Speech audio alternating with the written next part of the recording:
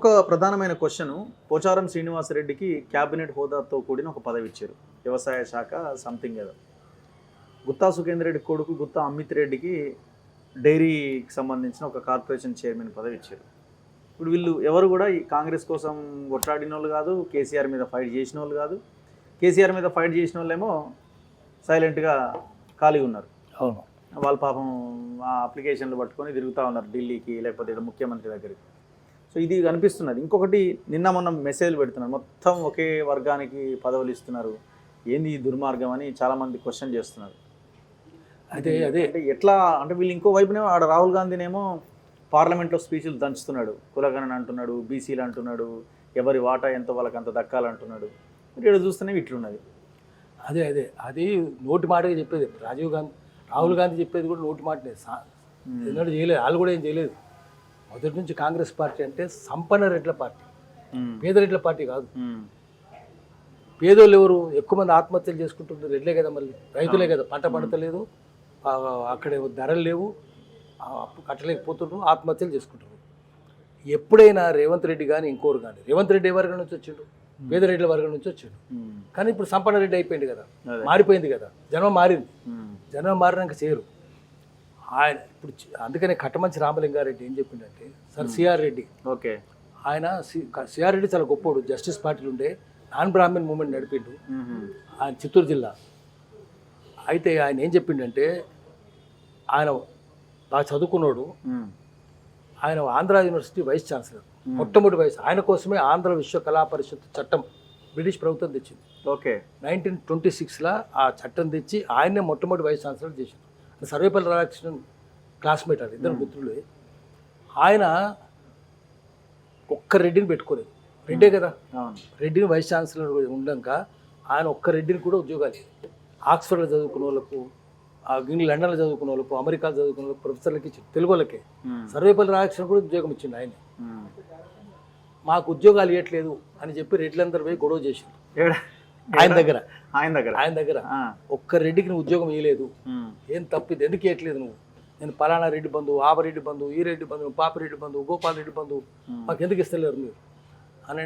తర్వాత హాస్టల్లో కూడా పేర్లు హర్ష, గిరిష అట్లాంటివి పెట్టారు, కానీ ఒక్క రెడ్డి పేరు పెట్టలేదు. అంటే ఆ పేర్లన్నీ ప్రస్తుతం పరిపాలించినదే కాదా, గతంలో పరిపాలించిన పేర్లు పెట్టినా లేదు. మరి రెడ్లకు ఎందుకు ఇవ్వలేదంటే ఆయన ఏం చెప్పిండంటే, నేను ఆయన బంధువు ఈయన బంధువు అని చెప్తున్నావు అని ఈయన ఒక మాటే చెప్పిండు. In this country every wretched Reddy is related to blessed Reddy.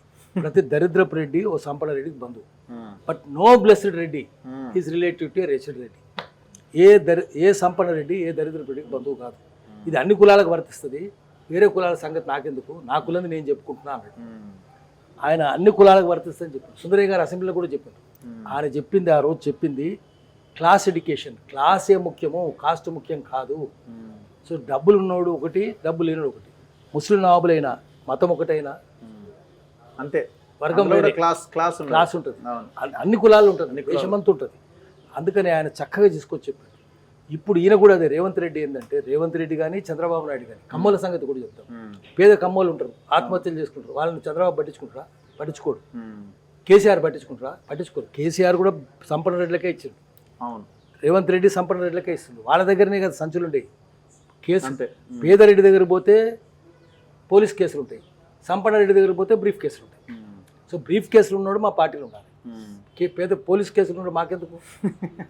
అందుకని వీళ్ళ దగ్గరికే పోతున్నారు. అప్పటికిప్పటికి ఒకటే నడుస్తున్నది. అందుకని వాళ్ళని నమ్మడానికి వీల్లేదు, ఏ పార్టీని నమ్మడానికి వీల్లేదు. క్లాస్ ఎడ్యుకేషనే ముఖ్యం. ఆయన చక్కగా తీసుకొచ్చి పెట్టాడు. ఆయన నాన్ బ్రాహ్మణ్ మూవ్మెంట్ నడిపినా కూడా సిఆర్ రెడ్డి నైట్హుడ్, ఆయన దగ్గర పోయి గొడవ చేస్తే, నేను కూడా రెడ్డినేనయా, నాకు బ్రిటిష్ ప్రభుత్వం నైట్హుడ్ ఇచ్చింది, అంటే సర్ ఇచ్చింది టైటిల్, అయినా నేను చేయనని చెప్పింది.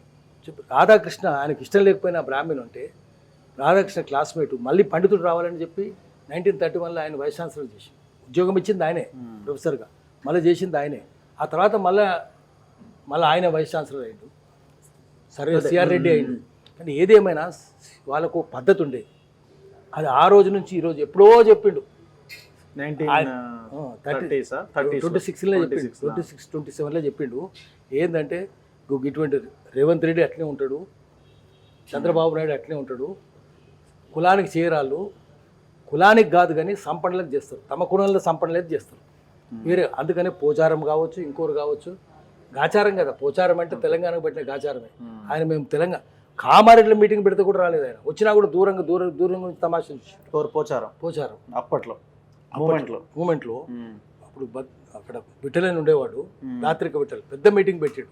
మేము కోపడ్డం కూడా, ఎందుకు దూరం నుంచి ఎందుకు నిల్చుంటున్నాం అని. సో అందుకని వాళ్ళు ఎవ్వరు రారు. ఉద్యమంలో ఇప్పుడు ఉన్న వాళ్ళు ఎవ్వరు లేరు, మంత్రులు ఎవరున్నారు, ఎవ్వరు లేరు. సీఎంఏ లేడు. అది చంద్రబాబు నాయుడు దగ్గరనే, చంద్రబాబు నాయుడు వల్లనే నా తెలంగాణ ఉద్యమం వచ్చింది. అందుకని వీళ్ళు ఎవరు లేరు. ఇప్పుడు చేయవలసింది ఏంటంటే ప్రజల్ని చైతన్యవంతం చేయాలి, వర్గ చైతన్యం కూడా కలిగించాలి, రెడ్లకు కూడా కలిగించాలి, కమ్మోళ్ళకు కూడా కలిగించాలి. వర్గ చైతన్యం ముఖ్యము, వర్ణ చైతన్యం కాదు. వర్గంలో వర్ణం ఉంది, వర్ణంలో వర్గం ఉంది. ఒక దాంట్లో ఒకటి ఇంకోటి ఉన్నాయి, ఇక రెండు ఇంటర్ట్వైన్ అయినాయి. అట్లా చేయాలని చెప్పాలి.